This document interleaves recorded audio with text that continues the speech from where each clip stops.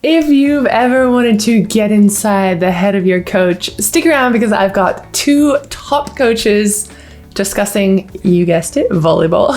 And they give away some wisdom, some nuggets of gold that I really think can help you with your game.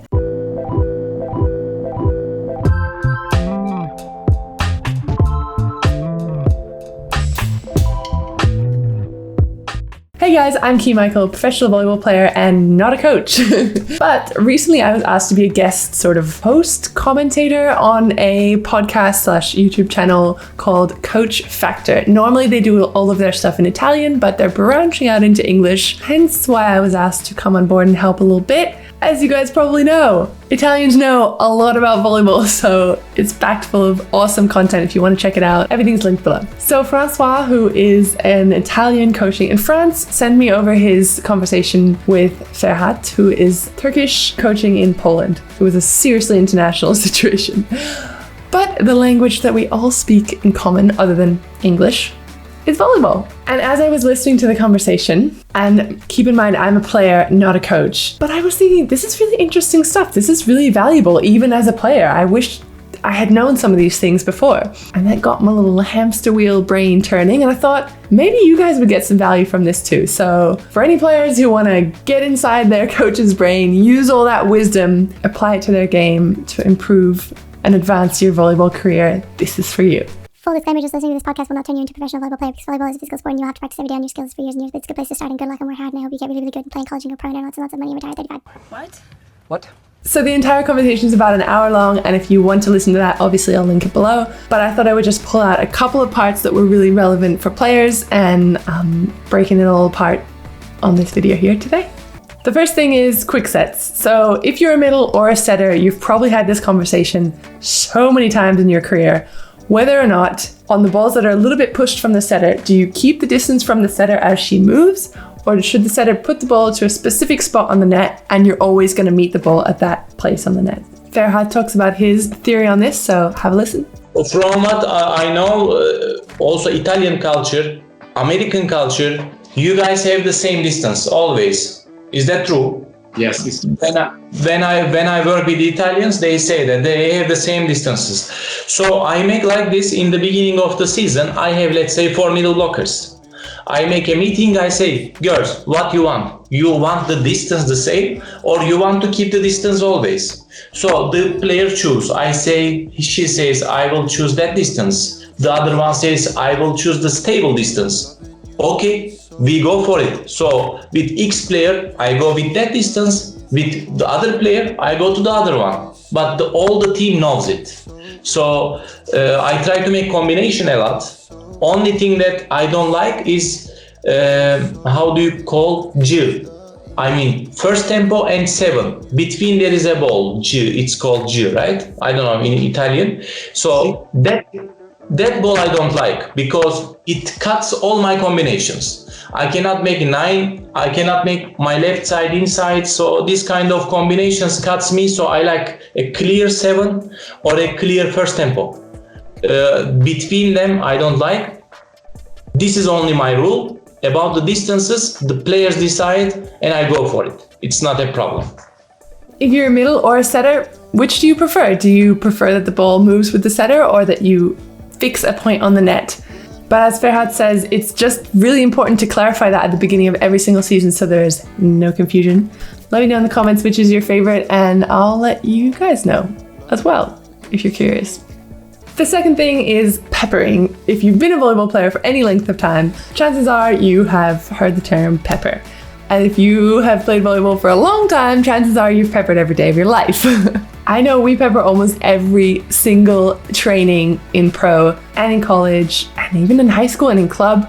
I mean, it's literally a crucial part of warm-up for a lot of girls that I've played with. But Ferhat has a kind of an interesting take on it, so here are his thoughts.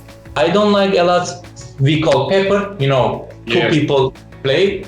I don't like it too much because volleyball is 360-degree game. You need to use all your left, right, behind, front, but pepper is front and front. So it's not very natural. So I try to change this. So the ball comes from another way, so she needs to set that way. So I don't keep this pepper work a lot.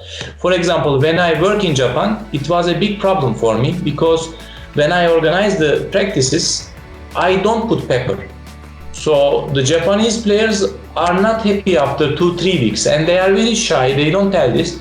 After the other coaches told me that, they grow up with pepper, very long repetition. So even if you don't feel like it is useful, if you put 2 minutes, it's good for them because they feel like they are warm up.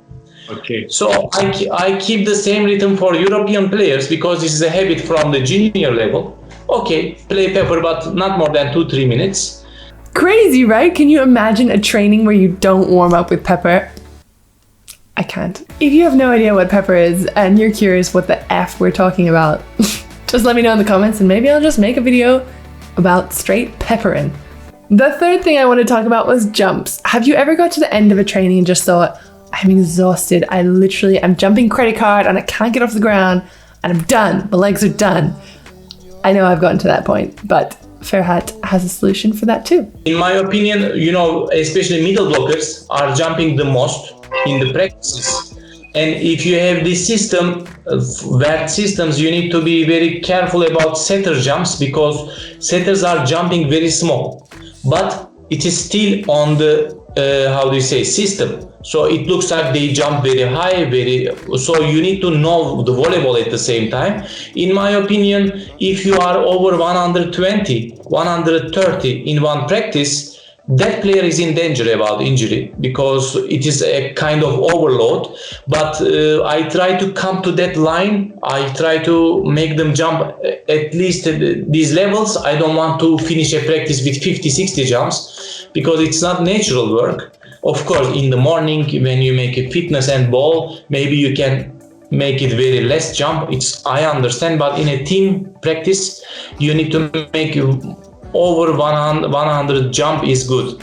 Oh, I really wish this had been something that was implemented in my trainings this season because I tell you what, my grandma knees probably could have benefited from it. I definitely got to a point where I was counting my own jumps because I just felt like we were just doing way too many, and maybe I'm just old and tired, but who knew there was actually an ideal amount of jumps for players to do per training? Is this something you would have been interested in if you knew it existed, or are you just one of those players who's like the Energizer Bunny and just jumps all day long? You know who you are. I hate you. Traitor. You are a traitor. So I think this was a super insightful conversation between two coaches. It was like picking their brains. It was like a cheat sheet for players because if you know what coaches are looking for, you know what to do. You know how to improve as a player. You know what are the most important skills for your position.